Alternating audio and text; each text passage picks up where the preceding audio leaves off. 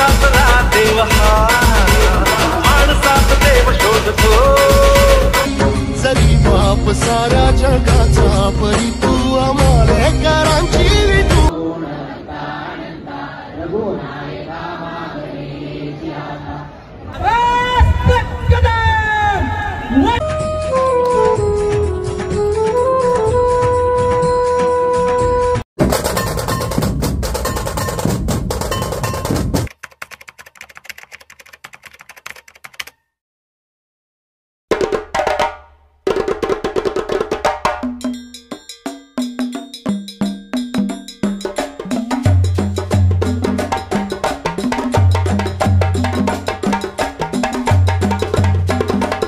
नमस्कार मित्रांनो, जय महाराष्ट्र, जय शिवराय. मी सुमित तुमचं स्वागत करतो आपल्या मराठमोळ्या तुमच्या हक्काच्या युट्यूब चॅनलमध्ये, म्हणजेच आपली संस्कृतीमध्ये. आपली मागची व्हिडिओ जर तुम्ही बघितली असेल तर त्याच्यात तुम्हाला समजलं असेल की मी म्हणालो होतो आपल्या इथे कर्जतमध्ये एक मोठा कार्यक्रम होणार आहे आणि त्या कार्यक्रमाला खास उपस्थिती माननीय मुख्यमंत्री एकनाथ शिंदे यांची असणार आहे. तर आज तो कार्यक्रम आहे आणि मी तिथे चाललेलो आहे. तिथे आपल्या पथकाची वर्णी लागलेली आहे. आज आपल्या पथकाचं तिथे वादन आहे आणि सोबत अजून एक पथक आहे. ते पथक कुठलं असणार आहे तुम्हाला व्हिडिओमध्ये समजेलच पुढे. तर मोठं वादन होणार आहे, मोठी मिरवणूक होणार आहे आणि ती सगळी मिरवणूक तुम्हाला या व्हिडिओमध्ये बघायला मिळणार आहे. त्यामुळे व्हिडिओ शेवटपर्यंत नक्की बघा. सर्वात प्रथम उद्घाटन हे या प्रवेशद्वाराचं होणार आहे. महाराष्ट्र भूषण तीर्थरूप डॉक्टर नानासाहेब धर्माधिकारी यांचं हे प्रवेशद्वार आहे आणि खूप प्राचीन पद्धतीने इथे बनवण्यात आलं आहे प्रवेशद्वार. आपण जवळून पण बघूया एकदा. लांबून तुम्हाला एक व्ह्यू दाखवतोय मी केवढं मोठं प्रवेशद्वार आहे.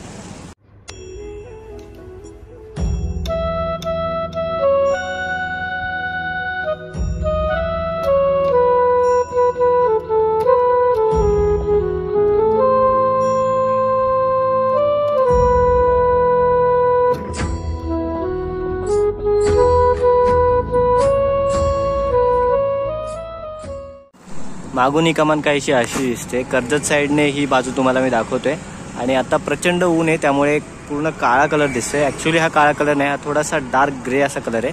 हे असं काहीसं इथे स्ट्रक्चर केलेलं आहे. इथे बघू शकता तुम्ही, एकदम असं दिसलं पाहिजे नॅचरल आहे. त्यामुळे हे पूर्ण असं ठेवलेलं आहे. त्या किल्ल्यांच्या दगडी असतात तशा त्या काळच्या ज्या दगडी होत्या त्या दगडी इथे दाखवण्याचा प्रयत्न केलेला आहे. कमानीच्या वरच्या टोकांना कोपऱ्यामध्ये एक ढालीसारखं एक बनवलेलं आहे. सोन्याचा एक त्याला इफेक्ट दिलेला आहे गोल्डन असा आणि ते 4 इथे लावलेले आहेत. सेम स्ट्रक्चर इथे या बाजूने देखील केलेलं आहे. इथे देखील ते 4 गोल लावलेले आहेत आणि वरती मोठ्या अक्षरांमध्ये लाईट आहे त्या अक्षरांना नाव लिहिलेलं आहे महाराष्ट्र भूषण तीर्थरूप डॉक्टर श्री नानासाहेब धर्माधिकारी प्रवेशद्वार कर्जत नगर परिषद. आणि हे रात्री गोल्डन इफेक्ट देऊन LED सारखं चमकतं. प्रवेशद्वाराच्या वरती जर तुम्ही बघाल तर इथे पारंपरिक किल्ल्यांवर जसं नगरखान्यावर असतं तसं बनवण्यात आलेलं आहे आणि ते देखील 4 ठेवलेले आहेत. कमानीची डावी बाजू आहे आणि डाव्या बाजूला सेम जसं केलेलं तसंच उजव्या बाजूला देखील केलेलं आहे. कार्यक्रम असा आहे, मुख्यमंत्री इथे येतील, आपलं ढोल ताशाचं एका पथकाचं वादन इथे होईल आणि इथून जी दिंडी निघेल ती प्रति आळंदीपर्यंत. आता प्रति आळंदी आपलं पुढचं ठिकाण आहे, ते मी तुम्हाला दाखवतो. त्याच्या आधी इथे सगळे वारकरी जमा झालेले आहेत आणि ते इथून सुरुवात करतील दिंडीला. तर इथपर्यंत ती दिंडी चालत येणार आहे, तिकडून विठुरायाचा गजर करत करत. आणि या साईडला जर बघाल तुम्ही, इथे ऑफिस आहे महेंद्र शेठ थोरवे यांचं. त्यांच्याच संकल्पनेतून ही प्रति आळंदी ते कमान सगळं बनवण्यात आलेलं आहे. जशी आपण ती कमान बघितली तशीच सेम टू सेम डिझाईन या कमानीला केलेली, या छोट्या प्रति आळंदीच्या कमानीला. आता आपण आतमध्ये जाऊया, तुम्हाला मी आतमधून दाखवतो कसं आहे सगळं.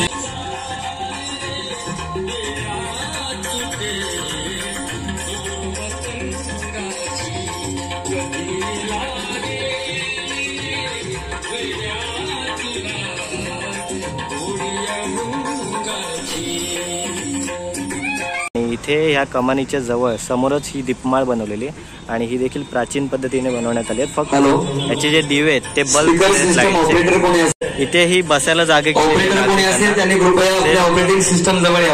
जे लोक दर्शनाला येतील, इथे पाया पडायला येतील, त्यांना इथे बसायला जागा केलेली आहे आणि खूप असे मस्त इथे दिवे लावलेले आहेत चांगल्या पद्धतीचे. ही थोडीशी झाडी बनवण्यात आलेली आहे एक नॅचरल लुक देण्यासाठी. आणि सध्या या नदीचं पाणी अडवण्यात आलेलं आहे कारण एक चांगला ड्रोन शॉट यावा यासाठी हे केलेलं आहे. पूर्ण इथे बघू शकता तुम्ही, इथे मध्ये बांध घातलेला आहे आणि ही आपली उल्हास नदी आहे. आता थोड्या दिवसांनी हा जो श्रीराम पूल आहे तो देखील तोडून तिथे एक नवीन पूल बांधण्यात येणार आहे आणि तेव्हा या मूर्तीचा जो लुक असेल तो एक नंबर उठून येईल. तुम्हाला पुलावरूनच साईडने ही मूर्ती पूर्ण बघायला मिळेल.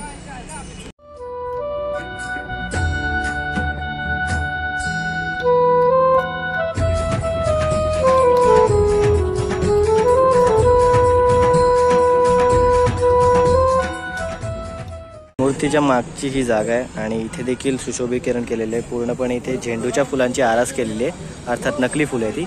आणि इथे ही क्रेन ठेवलेली आहे ज्याला लाईट लावलेले आहेत बाजूला, रात्रीचा एक शो येण्यासाठी. सकाळीच्या मूर्तीची पूजा झाली आणि आता या मूर्तीचं लोकार्पण होईल इथे. आणि सध्या इथे वरती जाण्यासाठी एक छोटासा स्टेज बनवलेला आहे, एक पायऱ्या बनवलेल्या आहेत जेणेकरून तुम्ही त्याच्या पायापर्यंत जाऊ शकता. आता अर्थात हे उद्घाटनासाठी केलेलं आहे. नंतर हा स्टेज काढून टाकण्यात येईल आणि तुम्हाला तिथे मूर्तीच्या जवळ वरती एवढ्या जाता नाही येणार जिथे आता लोक जात आहेत. आणि अर्थात ते एका अर्थी बरोबरच आहे. आता मी देखील तुम्हाला तिथे वरती जाऊन दाखवतो एकदम जवळून मूर्ती कशी दिसते. भव्य अशी मूर्ती आहे. पूर्ण हे मार्बलचं स्ट्रक्चर केलेलं आहे. ब्लॅक मार्बल जे असतं इटालियन फिनिश ते मार्बल आहे इथे. आणि इथे विठुरायाचे पाय तुम्ही बघू शकता.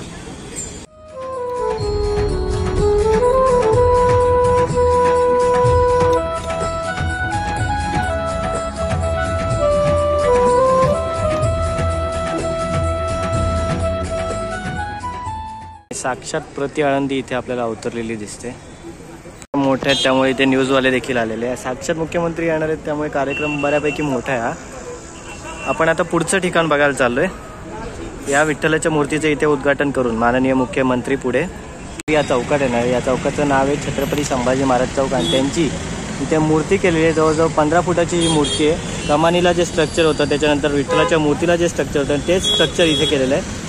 आणि हे देखील लाईटचं केलेलं आहे म्हणजे रात्री ह्याला LED असणार आहे, हे नाव चमकणार आहे. खूप मस्त असा हा चौक आहे आणि चौकात ही मूर्ती खूप दिमाखात उभी आहे.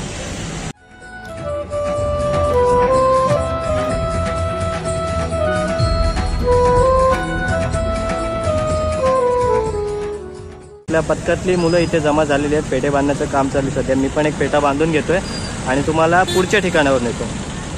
श्रीरामपुलावरून आल्यानंतर आपल्याला उजव्या बाजूला जे बघायला मिळतं ते म्हणजे हे राजमाता जिजाऊ उद्यान आणि ही शिवसृष्टी केलेली आहे इथे. छत्रपती संभाजी महाराजांची मूर्ती तिथे समोर आहे आणि त्याच्या आधी आपल्याला लागतं ते हे म्हणजे जिजामाता उद्यान.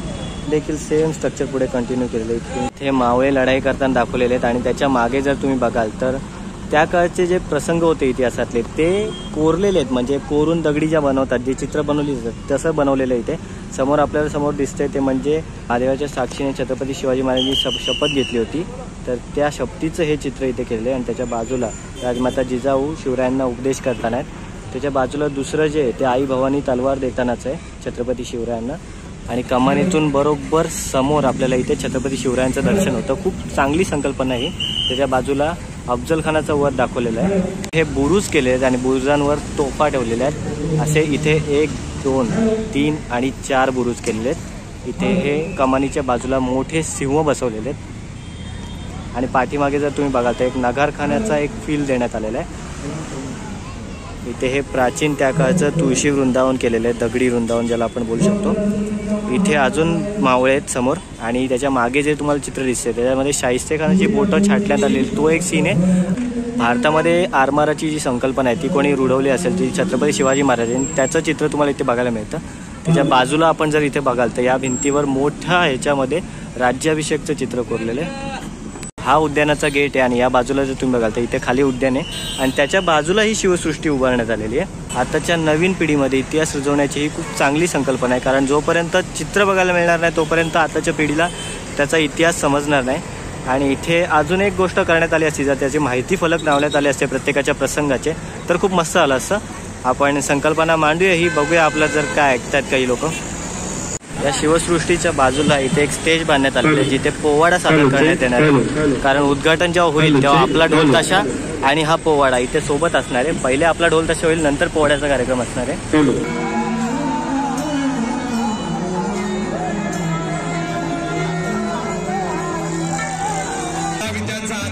श्री गणराय याला नमन शाहिरीच्या नियमाप्रमाणे आपल्या पुढे सादर करते शाहिरी गर्जना कला मंच.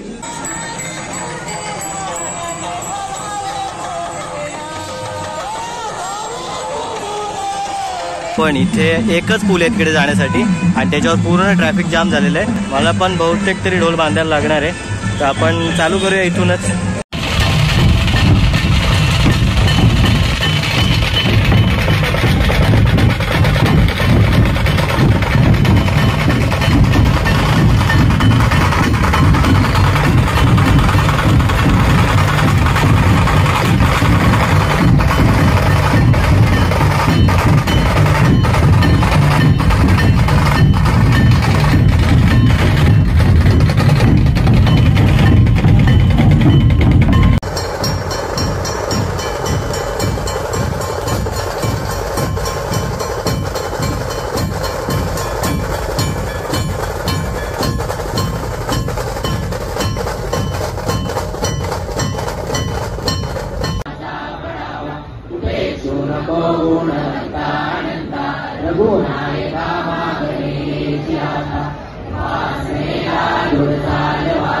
गुरुदेव संतांची सदा नमावे सत्कर्मयोगे वैराग्य व्हावे सर्वामुखी मंगल बोल व्हावे त्या स्थळी मंत्राय माझे त्या स्थळी रूप तुले मी